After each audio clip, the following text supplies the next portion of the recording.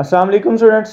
आज हम last chapter transport का लास्ट टॉपिक पढ़ने जा रहे हैं कि जो हार्ट और ब्लड वेजल्स या ब्लड के डिसऑर्डर्स हैं कि दो बहुत ही मेजर डिसऑर्डर्स जो हैं वो हार्ट के आपके इधर बुक में दिए गए हैं। उनको हम वन बाय वन जो है वो डिस्कस करेंगे कि उनमें क्या होता है और वो किस वजह से जो है वो होते हैं।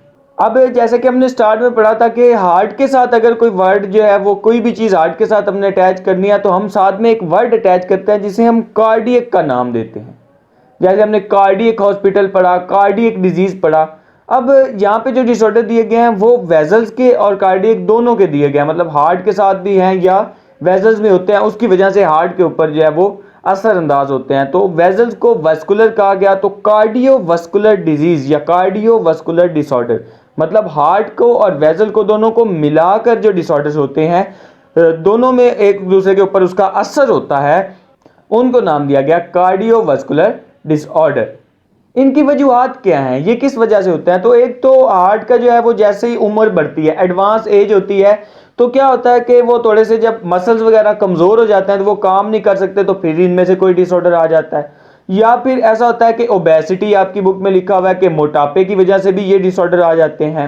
हाई ब्लड प्रेशर की वजह से भी जो है वो हार्ट के ऊपर असरअंदाज हो सकता है, कार्डियोवास्कुलर डिसऑर्डर हो सकते हैं। उसके साथ जो कोलेस्ट्रोल है, high blood concentration of low density जो लिपिड्स हैं जैसा कि कोलेस्ट्रोल है, ट्राइग्लिसराइड है, अगर ये इनकी तादाद जो है वो ब्लड में ज़्यादा हो गई कोलेस्ट्रोल वगैरह की, तो भी ये डिसऑर्डर आ सकते हैं। और डायबिटीज़, जिसे आम जो एक ज़बान है उसमें शुगर भी कहा जाता है, ये बहुत बड़ी वजह है जो कार्डियोवास्कुलर डिसऑर्डर का सबब बनती है। तो ये मुख्तलिफ वो चीज़ें थी जिनकी वजह से ये डिसऑर्डर हो सकते हैं, ठीक है, इनकी वजह से ये होते हैं और फिर आगे ये डेथ का जो है वो एक सबब बनते हैं।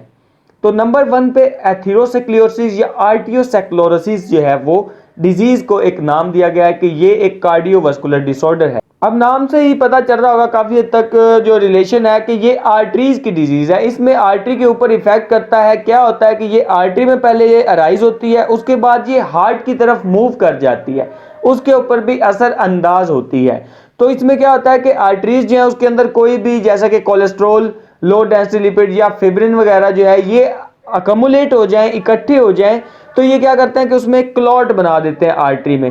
मतलब एक, तो जैसे कई पाइप हो तो उसके अंदर कोई चीज फंस जाए ना तो पानी उसमें से मूव नहीं करता, इसी तरह ये होता है कि वो आर्टरीज होती है उसके अंदर एक क्लॉट बन जाता है, एक लिपिड्स जो है वो इकट्ठे होकर एक बंद सा बना देते हैं, उसमें से फिर ब्लड जो है बड़ी डिफिकल्टी से पास करता है। और इस तरह जब वो ब्लड प्रेशर अपना जो क्रिएट करता है तो ये आर्टरीज भी कमज़ोर हो जाती हैं, तो इनकी रिलैक्सेशन और कॉन्ट्रैक्शन जो है वो सही तरह से नहीं हो सकती। और जब इनकी रिलैक्सेशन और कॉन्ट्रैक्शन नहीं होती तो ब्लड को भी बहुत ही मुश्किल होती है आगे की तरफ मूव करने में। तो ये आर्टरीज जो डिजीज है आर्टरीज की, ये हार्ट के ऊपर जाके अटैच हो जाती है, उस पर असर अंदाज होती है। तो अकमुलेशन ऑफ कोलेस्ट्रोल, तो अपनी डाइट में, जिनकी डाइट में कोलेस्ट्रोल बहुत ज्यादा है उसको कम करना चाहिए, क्योंकि कोलेस्ट्रोल जो है वो बहुत बड़ी वजह है आर्टीरियोस्क्लेरोसिस की। तो ये प्लाक मतलब एक रुकावट सी जो बनती है, इसको क्लॉट का नाम दिया गया, जिसे हमने थ्रोम्बिस का, कि जब ये आर्टरीज के अंदर आ जाती है तो ये थ्रोम्बिस, इसको नाम दे दिया गया कि ये थ्रोम्बिस होता है। ये एक आर्टरीज के अंदर ब्लॉकेज जो है वो बना देता है। आगे जिस तरह एक पत्थर आ गया तो आगे पानी जो है वो नहीं मूव करता, तो उसी तरह एक ये पत्थर टाइप स्ट्रक्चर जो है वो बन जाता है जो आर्टरीज में अटक जाता है और फिर ब्लड जो है वो आगे मूव नहीं करता, ये ब्लॉकेज होती है।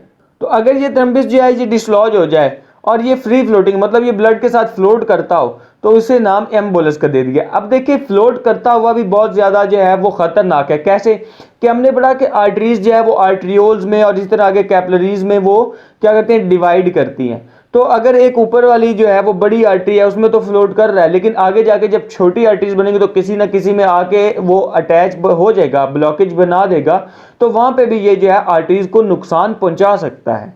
आर्टीरियोस्क्लेरोसिस जनरल फॉर्म है जिसमें उन्होंने बताया कि कैल्शियम के कोई भी कंपाउंड है जिनमें कैल्शियम होती है तो कैल्शियम अकमुलेट हो जाए, इकट्ठी हो जाए और वो आर्टरीज के अंदर जो है वो ब्लॉकेज बना ले, तो फिर क्या होता है कि इससे जो आर्टरीज हैं वो हार्ड हो जाती हैं। और फिर ये तब होता है जब आर्थेरोस्क्लेरोसिस जो है वो ज़्यादा बढ़ जाए, सीवियर हो जाए।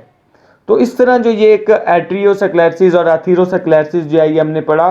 तो ये आर्टरीज़ की डिजीज़ है। तो इसमें जो सिम्टम्स वगैरह बनाए गए, हमें अपनी लाइफ के अंदर भी उनसे उन चीज़ों से जो ये इसका सबब बनती है उनसे बचना चाहिए। तो जैसे कि कोलेस्ट्रॉल है तो कोलेस्ट्रॉल कम से कम करना चाहिए। अब डिसऑर्डर नंबर 2 के आर्थरोस्क्लेरोसिस के बाद जो मेजर दूसरा डिसऑर्डर आपके पास यहाँ पे डिस्कस किया गया है वो है मायोकार्डियल इन्फेक्शन, कि ये एक दूसरा डिसऑर्डर है जो हार्ट का डिसऑर्डर है। अब मायोकार्डियल इन्फेक्शन का वर्ड जो है वो ड्राइव हुआ है 2 वर्ड से, जिसमें मायोकार्डियम जो है वो मायोकार्डियम से निकला है। जो हमने पहले पढ़े हैं कि वो हार्ट, जहाँ पे हम पढ़ रहे थे कि वो हार्ट के टिश्यूज़ हैं, वो हार्ट के मसल्स हैं, हार्ट के मसल को मायोकार्डियम, और इन्फेक्शन को टिश्यूज़ डेथ से लिया गया है कि मतलब जो हार्ट के मायोकार्डियल मसल्स हैं उनके टिश्यूज़ की डेथ होना शुरू हो जाती है।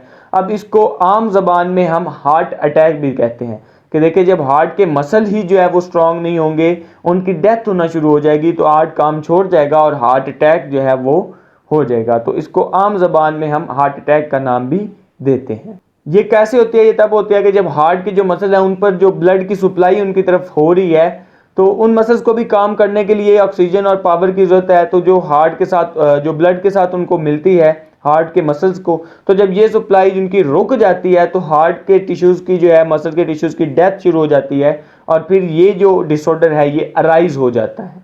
तो ये जो कोरोनरी आर्टरी है उसके अंदर जब क्लॉट बनता है तो वो उस वक्त जो है वो हार्ट के मसल जो है वीक होना शुरू हो जाते हैं, क्योंकि उन्हें वो क्या है कि एक पावर की ज़रूरत पड़ती है। तो जैसे बंदा बहुत ज़्यादा एक्स्ट्रा पावर लगा सके कर कुछ ना सके तो वो कहीं ना कहीं कमज़ोर हो जाता है। तो हार्ट के मसल्स भी इस तरह की पावर की ज़रूरत होती है तो वो उसमें वर्क करते हैं। तो क्लॉट जब कोरोनरी आर्टरी में बन जाए तो वो फिर बहुत ही ज़्यादा सिवियर बन जाता है और फिर ये डेथ काज करता है मैन में भी और वुमेन में भी। सबसे पहले जो एक सिम्टम है जिससे पता चलता है कि ये एक मायोकार्डियल इन्फेक्शन जो है वो अराइज होना शुरू हो गया, वो चेस्ट पेन होती है।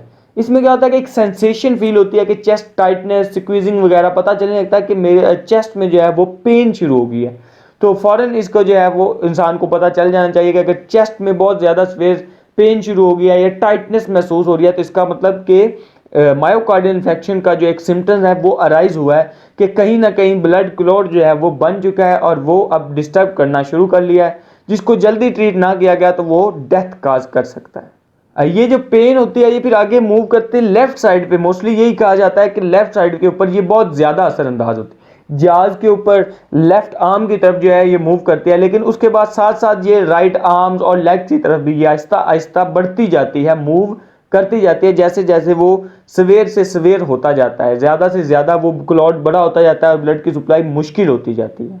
अब इसमें क्या होता है कि पहले तो एक सेंसेशन, एक कॉन्शियसनेस जो है वो ही बंदे की लॉस्ट हो जाती है। उसके बाद अचानक ही डेथ जो है वो काज होती है इंसान की हार्ट अटैक से।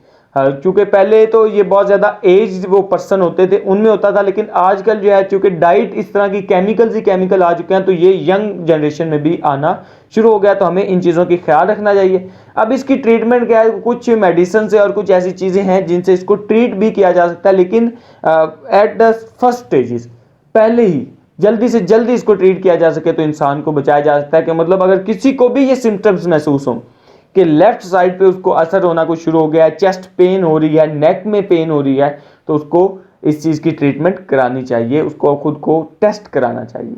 अब किसी को ये सिम्टम अराइज हुए हैं, ये डिजीज हुई है, ये डिसऑर्डर हुआ है, तो फ़ौरन से उसको ऑक्सीजन की सप्लाई देनी चाहिए ताकि ऑक्सीजन की सप्लाई जो है वो सही हो जाए और उसको थोड़ी देर वो जो है रिटेन कर सके, मतलब पेशेंट को थोड़ा सा टाइम मिल सके और उसके साथ उसकी दूसरी जो है वो ट्रीटमेंट स्टार्ट की जा सके।